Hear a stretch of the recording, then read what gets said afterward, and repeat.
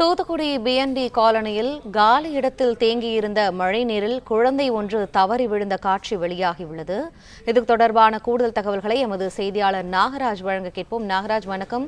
தூத்துக்குடியின் எந்த பகுதியில் இந்த நிகழ்வானது நடந்திருக்கிறது? தற்போது அங்கு இருக்கக்கூடிய சூழல் என்ன? முழு விவரங்கள் நாகராஜ்.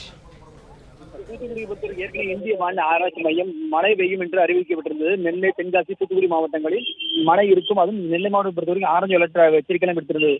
இந்த நிலையில் தான் தூத்துக்குடி மாவட்டத்தில் மழை பெய்தாலே இன்னும் தாழ்வான பகுதியில் தண்ணீர் தேங்கும் நிலை என்பது தொடர்ந்து நீடித்துக் கொண்டே இருக்கிறது. இதனை மாற்றுவதற்கான ஏற்பாடுகள் ஒரு பக்கம் செய்து கொண்டிருந்தாலும் தற்போது வரைக்கும் தபால் தந்தி நகர், முத்தமால் காலனி, ஆதிபராசி நகர் என பல பகுதிகளில் தண்ணீர் தேங்குவது என்பது தொடர்கதையாகி வருகிறது. எனவே அதை சரிப்படுத்துவதற்கான முயற்சிகள் மாநகராட்சி தீவிரமாக செய்ய வேண்டும் என்ற கோரிக்கை எழுந்து வருகிறது. இந்த நிலையில் தபால் தந்தி நகர் பகுதி அருகே ஒரு சிசிடிவி காட்சியில் பதிவான விஷயங்கள் தெரிய வந்திருக்கிறது. விளையாடிய குழந்தை திருவோரமாக தேங்கியிருந்த நீரில் குட்டையில் விழுந்து விடுகிறது.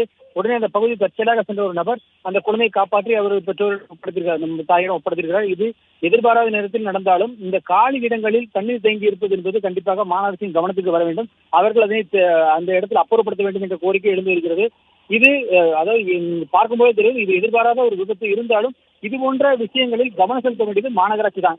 மக்கள் அந்தந்த பகுதிகளில் தேங்கியிருக்கக்கூடிய மழைநீர் குறித்து அதிகாரிகளுக்கும் சம்பந்தப்பட்ட நிர்வாகத்திற்கு தெரியப்படுத்தினாலும் உடனடி நடவடிக்கை என்பது மாநகராட்சி கையில் தான் இருக்கிறது. எனவே அவர்கள் இந்த நடவடிக்கையை விரைந்து எடுத்திருந்தால் இது போன்ற சம்பவம் நடந்திருக்காது. ஆனாலும் தற்போது குழந்தை காப்பாற்றப்பட்டிருப்பது மகிழ்ச்சி அளிக்கிறது.